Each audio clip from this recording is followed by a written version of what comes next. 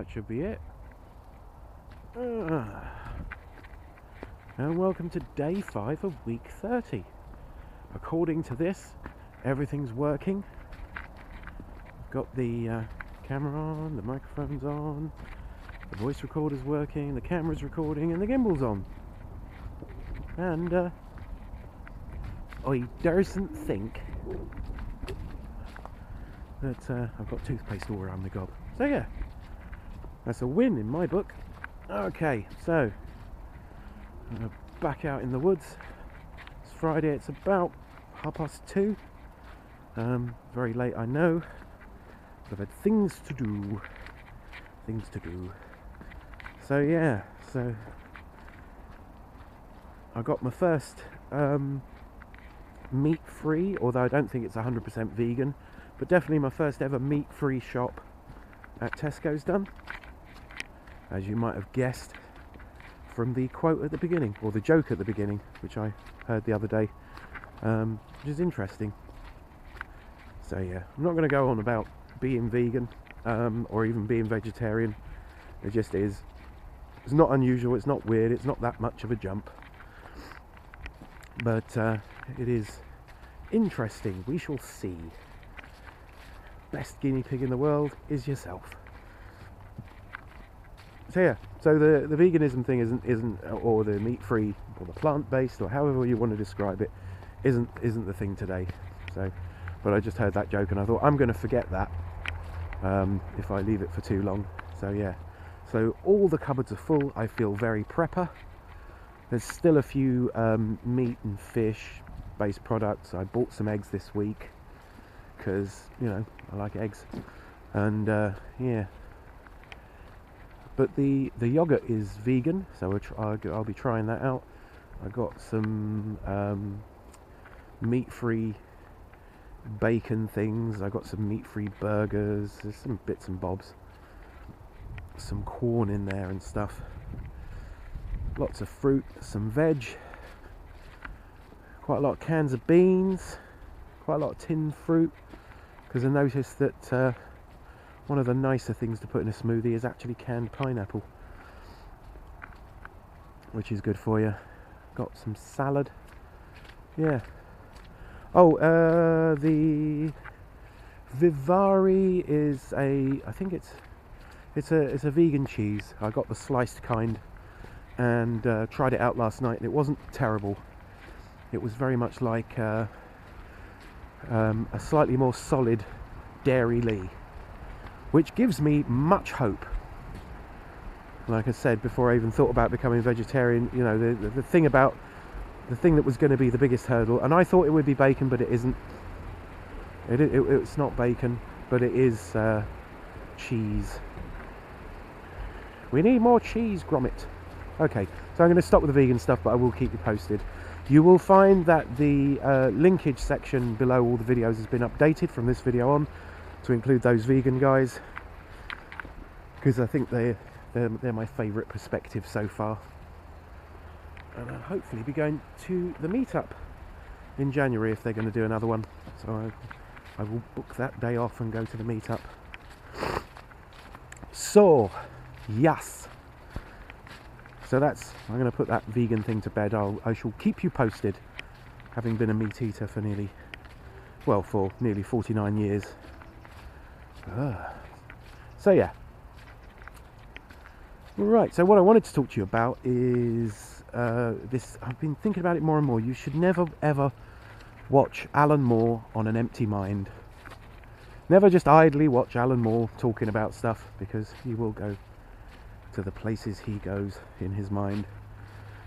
But it did start getting me thinking about why certain people, seeing them live is way better than seeing them as a recorded performance.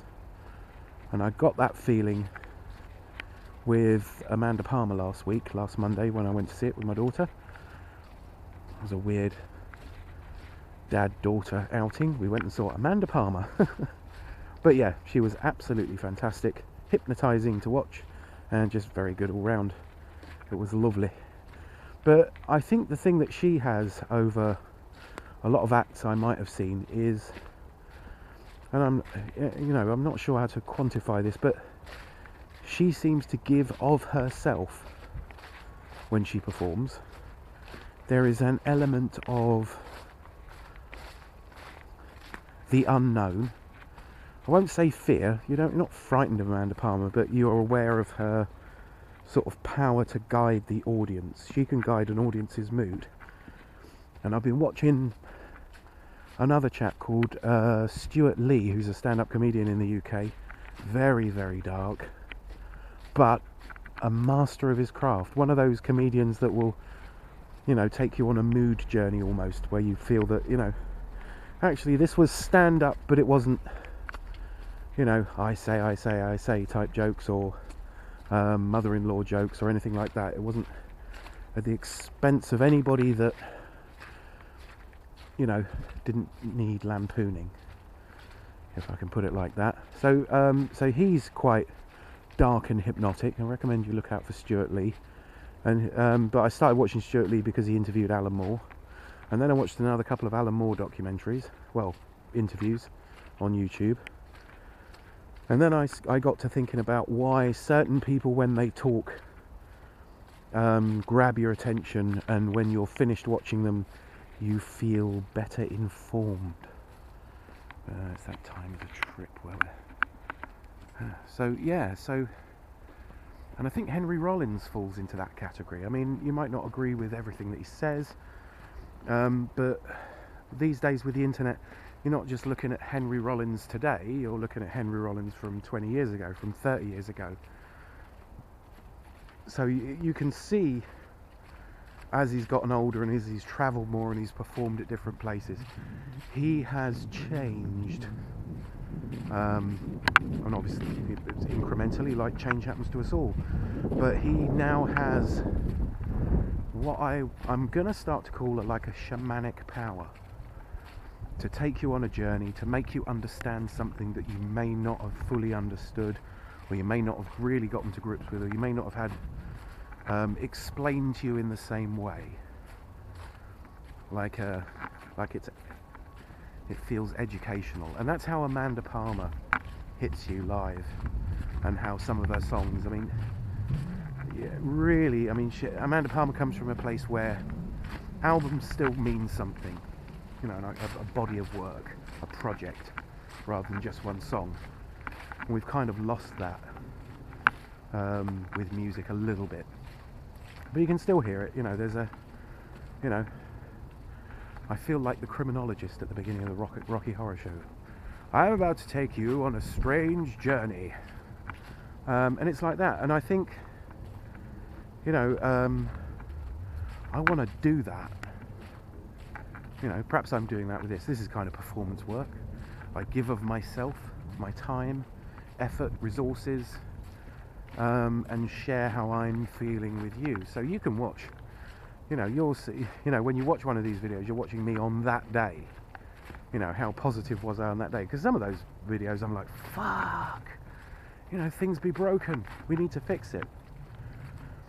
And instead of trying to fix it at the fringes of our future, like in the immediacy, I'm wondering if there isn't a fix where we go really back to what humans understand. Because you could argue that it's about 10,000 years since we became agrarian, mostly, instead of hunter-gatherers.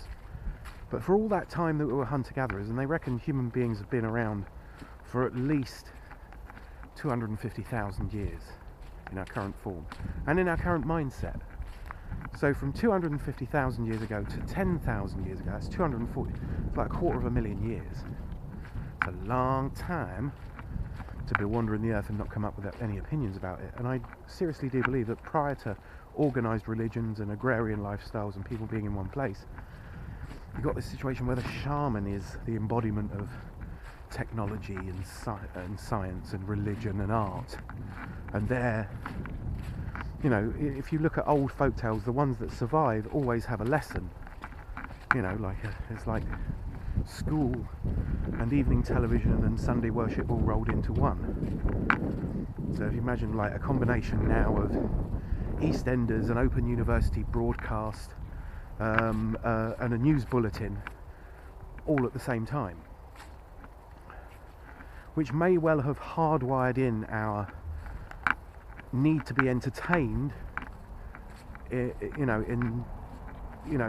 because we're kind of like got a race memory of sitting and being better off for having sat down and paid attention to someone that either makes themselves vulnerable through drugs, or sometimes it was nakedness, sometimes it was, in historical times, prehistorical times rather, it was, an erotic act, depending on what the audience was, or to give of themselves, to show themselves as fragile and human, but also powerful.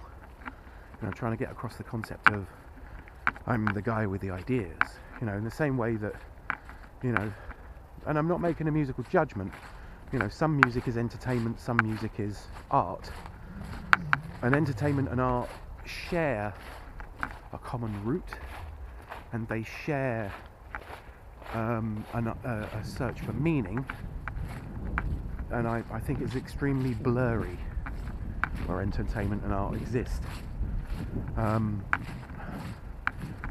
But to be entertained, or just to be made to laugh, without meaning, without a point to it, without a sort of like an information delivery package, shall we say an artistic warhead. If you don't have the artistic warhead, all you have is like a small crater, when you launch your art missile or your entertainment missile, and it's a blank. You've just laughed, you go back to your life, you are not any better equipped to deal with that life. Whereas I think Amanda Palmer especially hit it on the head when she was talking about what art was, and she was borderline talking about shamanism, really. It's like, come with me into the dark, and it's the same dark that we all have, but while we explore the dark, I will hold your hand, and we will, and if you need to leave, we can leave. And I think that's important. And I think, having seen what I've seen of one of, I think, a subscriber, I don't know whether he's subscribed, but one of the people that regularly watches the videos and occasionally comments on it, Iron Angel, does performance art, which involves, there's an erotic element, there's a danger element with the fire, and just the sheer sonic wall that his band seem to put out. And then there's the technology that's required to deliver said art to you, and all the, the gift of those people's effort and time. I'm pretty sure that, if we all ask him nicely, we'll get some links to some of his performances. But that's like shamanism. That's like boom, kind of sexy danger, which I think is that's a kind of race memory. Danger, sex, excitement, really wild things, things that you won't see, things that are erotic, things that are dangerous, things that we are mindful of.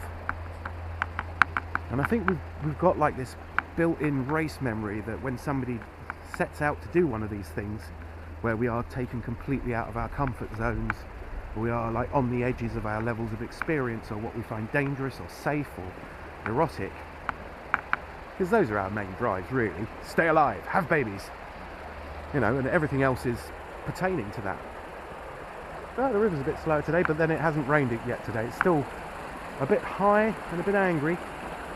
And maybe we can, yeah.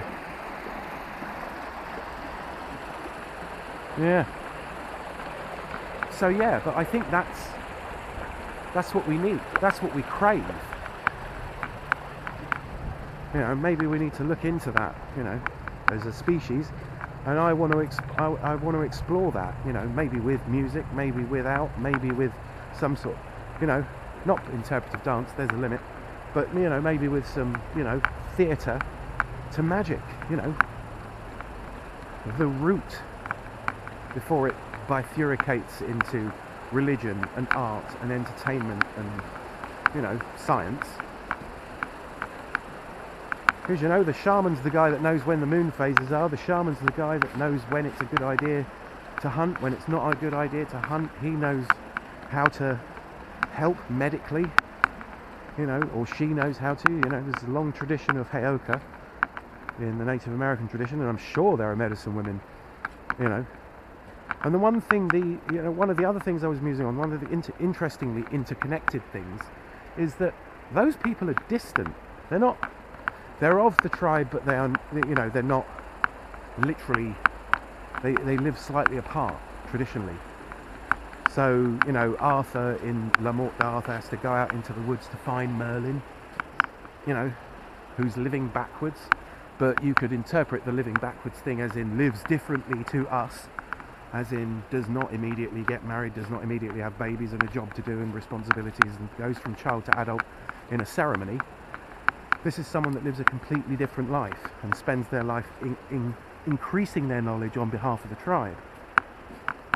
So is, the concept of being an introvert, is that literally, I know I joke about this and it's not really serious, there's no science here, but the shaman gene, the thing that makes people different, is that, that need to be introverted and that interest in knowing stuff and having a sure idea of the world, whereas it doesn't seem to bother a lot of other people,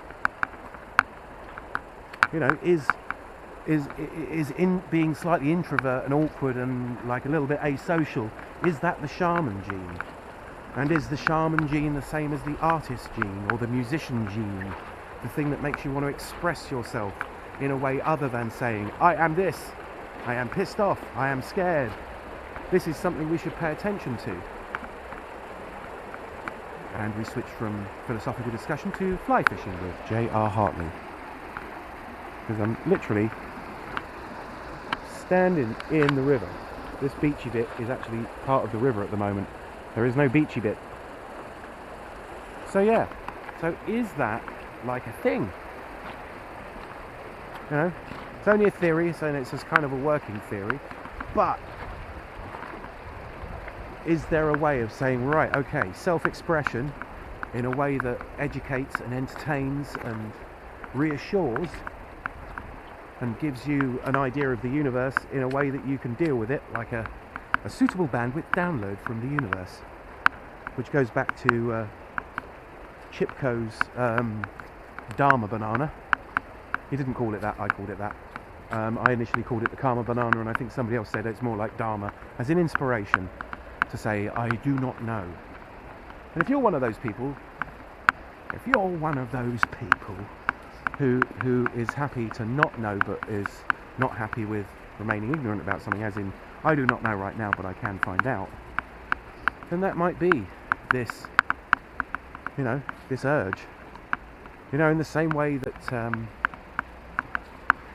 Buddhist temples, when the head of their order died, they would look for a child born on the same night to fulfill that role, and the child would be, these Lama children would be sought out and then trained separately from their civilization.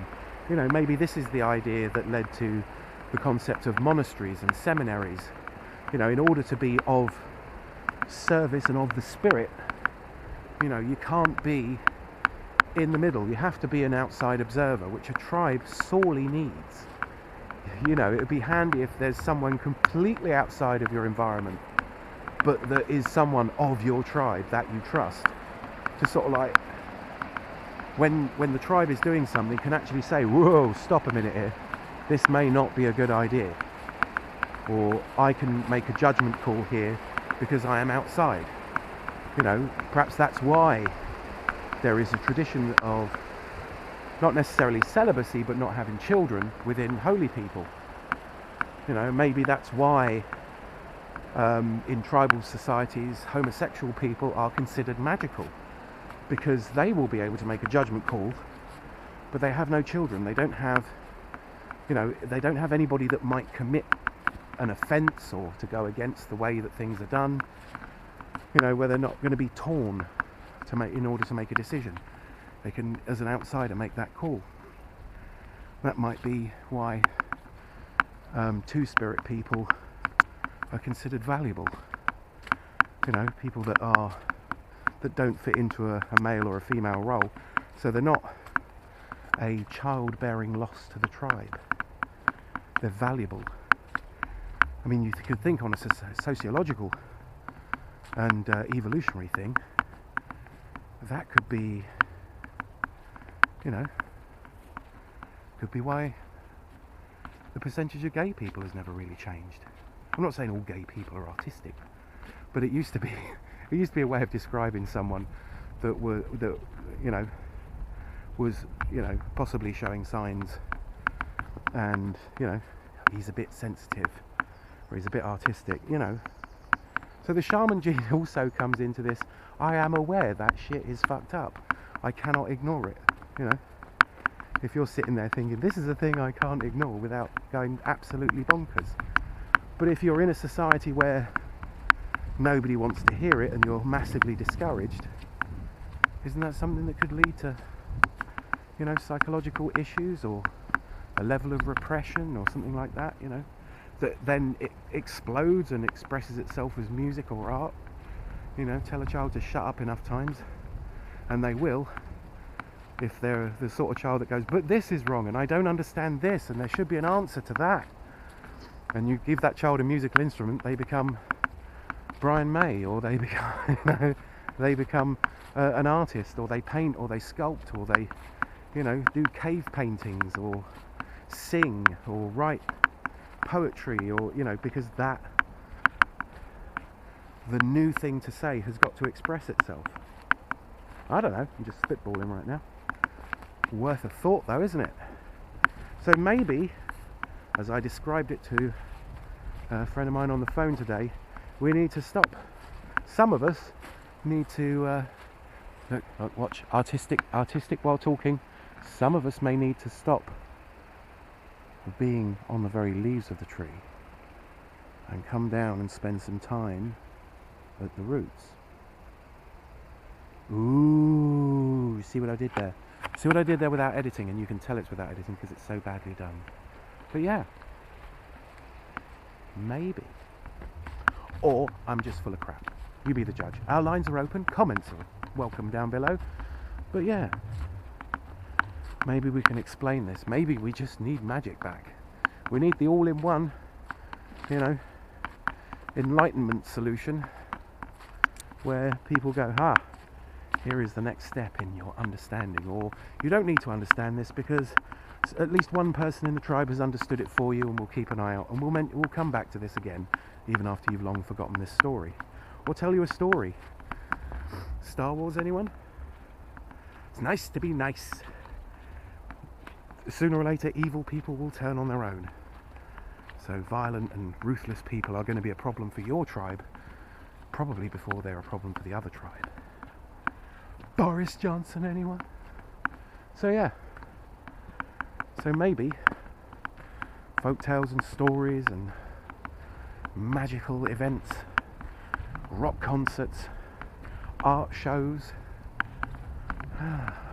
poetry slams, I mean, good poetry will make you want to talk to the poet. Could just be shamanism expressing itself. Someone that wants to tell you an answer to a problem you have, or an answer to a feeling you have. That's what art is. I feel like this. Oh, me too occasionally. Don't worry. It's because of this. We can change it. So yeah.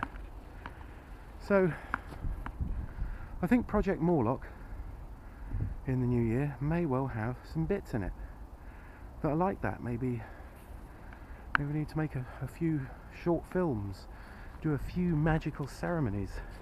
Maybe, just maybe, it might be an interesting thing to try Sean Kennedy's Ghost Dance, where a whole bunch of people are thinking the same thing all at the same time. It's never been tried. So if you're in the rank community but you're not actually a subscriber to Urban Agoge, just like hang in there, because I'd like to do that. So if you remember the Ghost Dance, where I was going to get people all over the world to think in a certain direction and see how that went. So yeah, maybe we should do that. Maybe we need to do distributed shamanism. Woo! So yeah, keep posted, let me know what you think. back at the entrance to where I go back home. So that means thanks for watching, and do take care.